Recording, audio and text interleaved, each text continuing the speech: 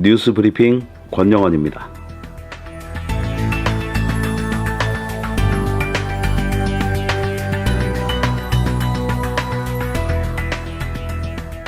여러분 안녕하십니까? 4월 23일 점심시간에 보내드리는 뉴스 브리핑입니다. 먼저 방송 시작하기 전에 얼마 전에 있었고 지금도 계속되고 있는 진도 세월호 참사 희생자 여러분들에 대한 묵념의 시간을 갖도록 하겠습니다.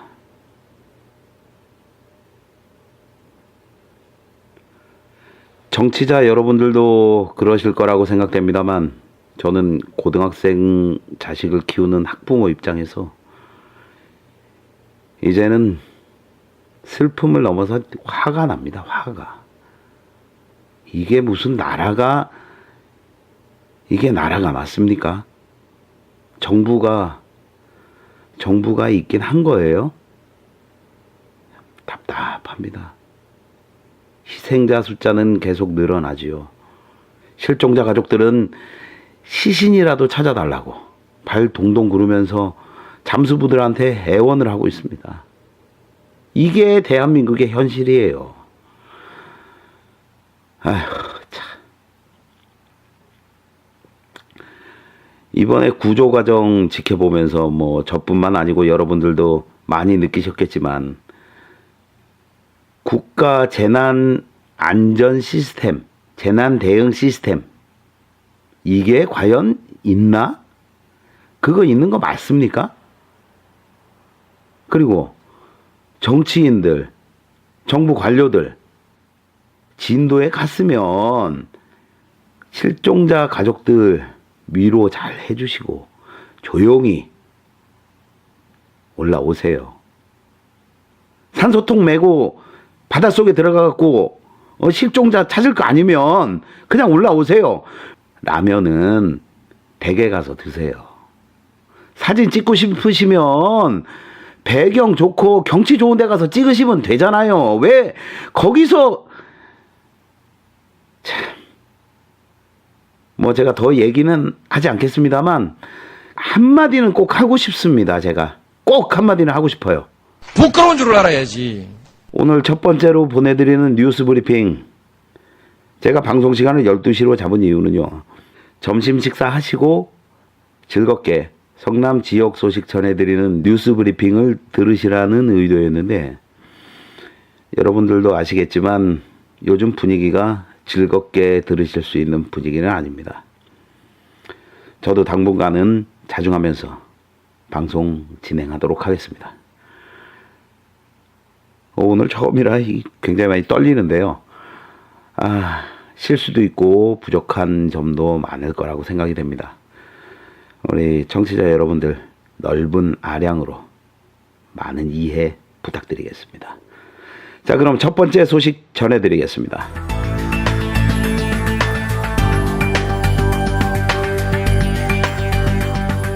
세월호 참사에 묻혀서 그 뉴스 주목도가 그리 높지는 않았는데요. 사실 알고 보면 굉장히 큰 파장을 일으켰었죠. 성남FC 박정환 감독의 폭행 사건. 이 사건은 박정환 감독의 자진 사퇴로 일단락되게 됐습니다. 성남FC는 22일 보도자료를 통해서 박정환 감독이 자진 사퇴한다고 밝혔습니다. 박정환 감독의 폭행 사건은요, 지난 16일 성균관대학교와의 연습 경기에서 경기에 뛴 선수들이 성의 없고 소극적으로 경기에 임하는 모습을 보이자 화가 난 박정환 감독이 이 두 선수들에 대해서 박정환 감독 입장에서는 꿀밤, 다른 사람들이 봤을 때는 폭행이 진행됐습니다. 그래서 이게 언론에 보도되면서 발칵 뒤집혔는데요. 박정환 감독은 22일 자진 사퇴 의사를 밝힌 다음에 한 스포츠 신문과 인터뷰를 하면서 이렇게 얘기를 했다고 합니다. 모든 징계를 달게 받겠다고 생각을 했었다. 그러다가 그냥 내가 스스로 사퇴를 해야겠다. 이렇게 결심했다. 이재명 시장이 나 때문에 피해를 보는 상황에서 더 이상 쥐봉을 잡는 것은 아니라고 판단했다. 또 이런 얘기도 했다 합니다. 내 나이에 무슨 폭행이냐.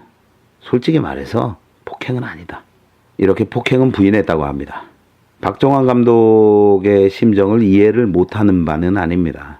어려운 팀, 시민구단에 와서 선수들 지도해서 최고 성적 7위까지 올려놓고, 사실 박정환 감독 입장에서도 성남FC가 마지막이라고 생각하지 않았겠습니까? 마지막에 성적도 좋게 내고 축구 인생 아름답게 마무리하고 싶었던 마음이 강했던 탓일까요? 골도 안 나고 답답하셨나 봅니다.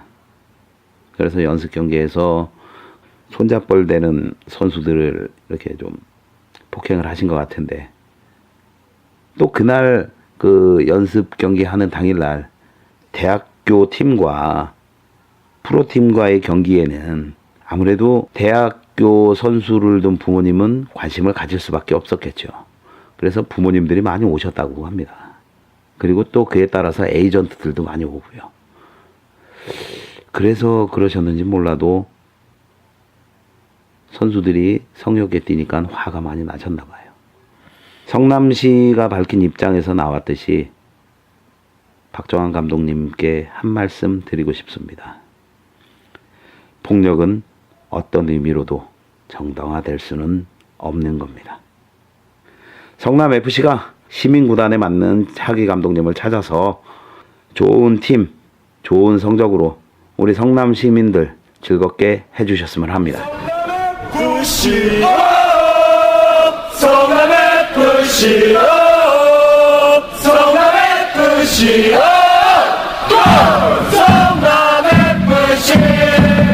성남FC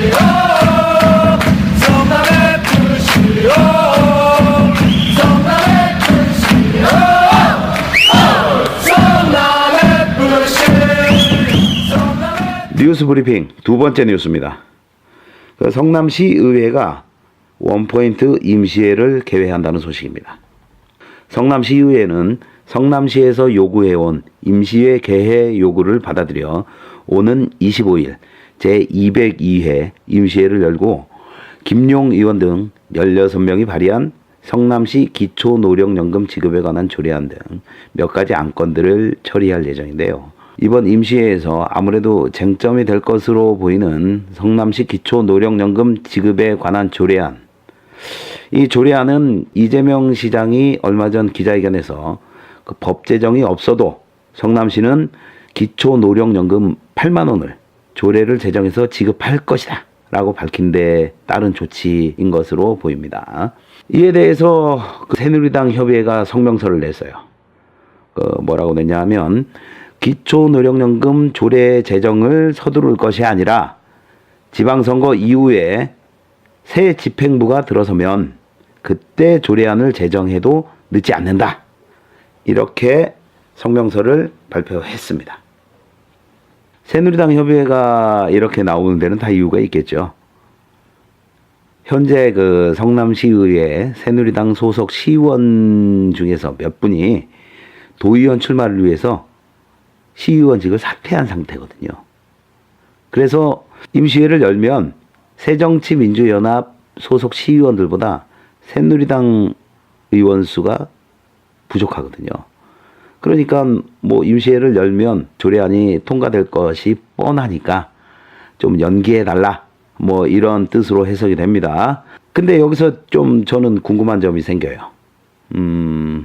새누리당 협의회에서 지방선거 이후에 새 집행부가 들어서면 이 문제를 처리하자 이렇게 얘기를 했는데요. 그럼 기초노령연금 조례안을 처리한다는 건가요? 안 한다는 건가요?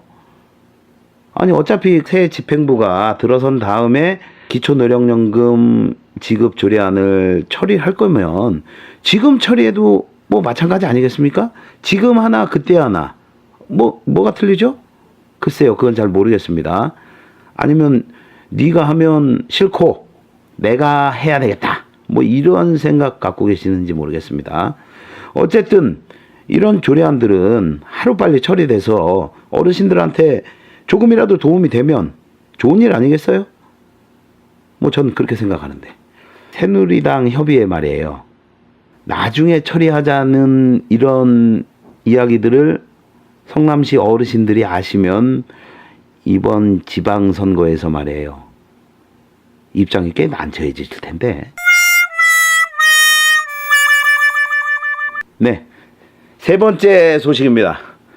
소요원 예비후보가 성남시장 예비후보를 사퇴하고 신영수 예비후보 지지를 선언했다는 소식입니다. 소요원 예비후보는 지난 17일 오전에 기자회견을 열고 예비후보 사퇴를 선언했습니다. 이 자리에서 소요원 예비후보는 새누리당 공천관리위원회에 문제가 있음을 지적하기도 했는데요.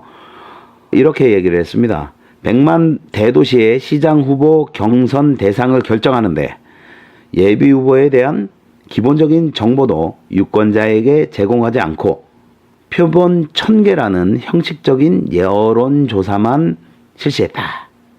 통계학에서 표본이 1000개면 오차 범위가 6.2%인데 1, 2% 차이로 예비후보를 경선 대상에서 배제한 새누리당 공천관리위원회에 깊은 유감을 표한다. 이렇게 불만을 드러냈다고 합니다. 그런데 사실 이날 기자회견에서 소요원 예비후보가 공천관리위원회의 불만보다는 과연 이 후보가 어떤 후보를 지지할까? 이게 사실은 더 관심사였죠. 서효원 예비후보는 이날 기자회견장에서 직접적으로 어떤 후보를 거론하진 않고요. 지지하고 싶은 후보가 마음속에 있다. 이렇게 얘기를 했습니다. 마음속에. 그리고 나서요. 그날 저녁에 바로 신영수 예비후보 선거사무실로 가더라고요. 오전에 마음속에 있던 후보가 저녁 때는 나오셨나요?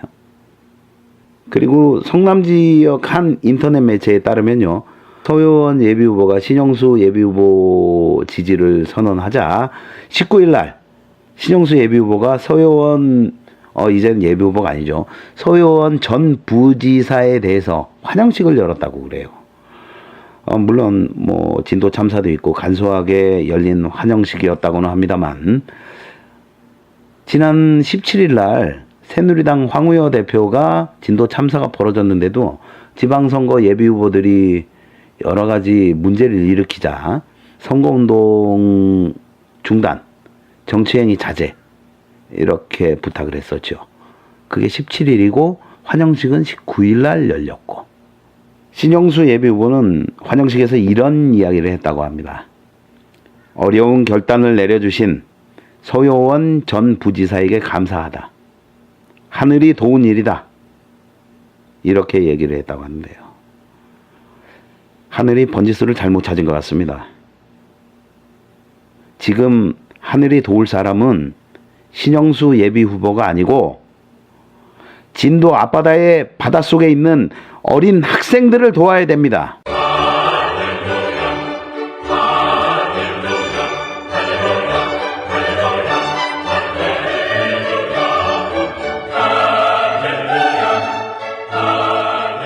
다음은 성남시 행사와 보도자료를 알려드리도록 하겠습니다.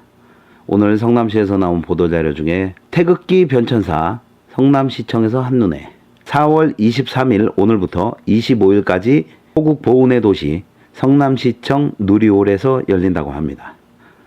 나정태 화백이 그린 시대별 태극기 38점이 전시되는데요. 우리나라 최초의 태극기를 그린 주의 태극기와 최초의 태극기 우표를 소재로 한 우표, 안중근 의사가 단지 동맹을 맺고 피로 그린 태극기 등을 재현한 안중근 혈서 태극기, 다양하게 그림으로 그린 태극기가 전시된다고 합니다. 관심 있으신 분들은 한번 성남시청 누리홀로 방문해 주시기 바랍니다. 다음은 성남시 등산로를 성남 누리길로 통칭해서 부르기로 했다고 합니다. 지난해 9월부터 10월까지 등산로 명칭을 공모해서 선정을 했다고 하는데요. 성남 누리길은 여정숙 씨, 용인시에 사시는 분입니다. 여정숙 씨가 더불어 누빌 수 있는 아름다운 숲길이란 의미로 지은 이름이라고 합니다. 6월 1일부터 공식적으로 사용하게 되는데 성남 누리길, 네, 괜찮은 것 같습니다. 성남 누리길. 돈 많이 들이지 마시고 잘 브랜드로 육성해 주시기 바랍니다. 이름이 이쁘니까 뭐 되겠죠.